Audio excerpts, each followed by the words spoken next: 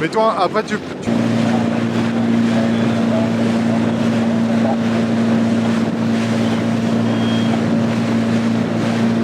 avance un peu.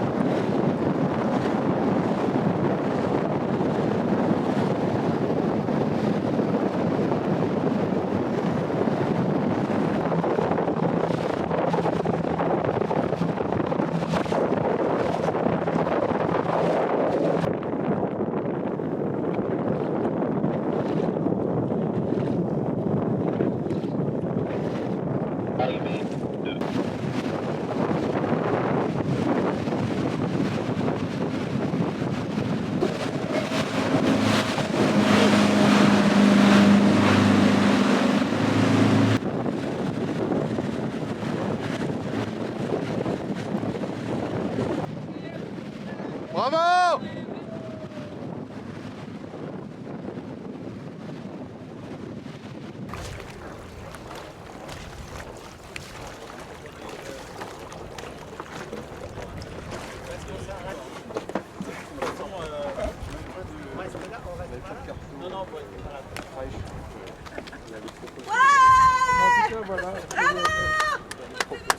Ça vous occupe.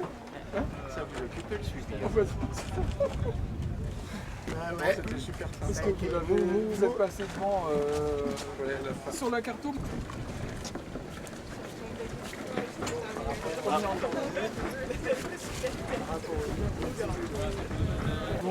Vous avez le droit d'en faire ce que vous voulez. Le premier en temps réel de chaque classe, c'est le petit traditionnel.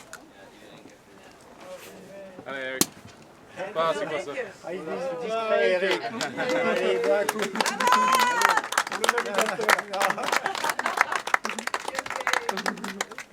Ouais, c'est justement, on fait ça parce que c'est une petite temps. Ah, merci.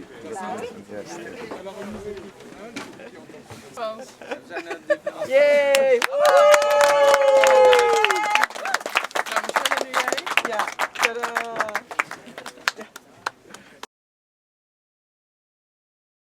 C'est une course très agréable. Le parcours est extrêmement varié. L'organisation est absolument magnifique. On se sent vraiment accueilli. Je crois que c'est une des plus belles organisations de course à laquelle je participe. Voilà. Alors cette édition, nous, on est toujours allé très vite, mais on avait un petit problème de réception de cartos satellites, et donc on a dû naviguer avec la cartographie qu'on avait au début. Et une fois passé le waypoint de Ouessant, évidemment, c'était plus très valable. Donc on a été trop au sud et puis il fallait aller au nord. Voilà. Bon, donc, on a limité les dégâts parce qu'on allait vite, mais ça n'a pas suffi pour gagner. Voilà.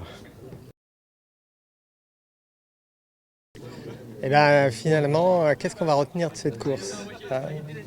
C'est finalement très compliqué.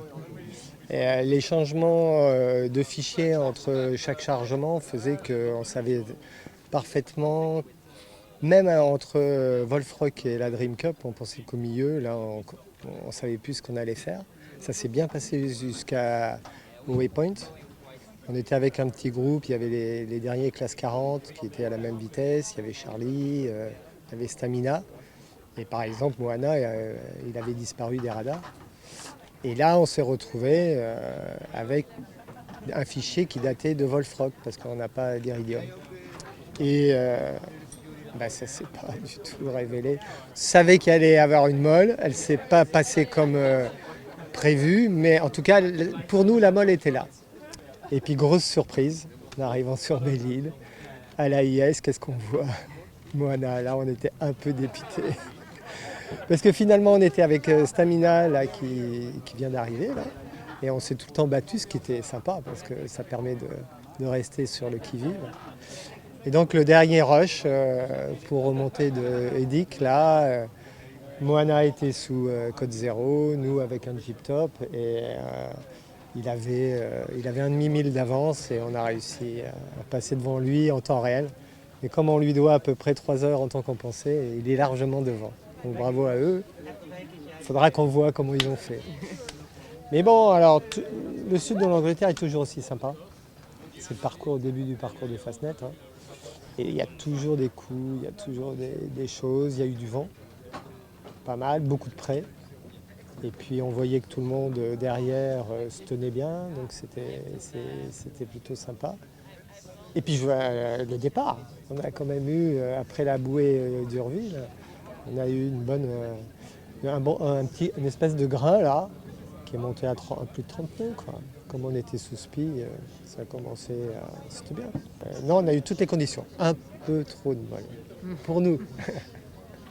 Mais bon, joli parcours, hein, et puis finalement, comme d'habitude, ça paraît long.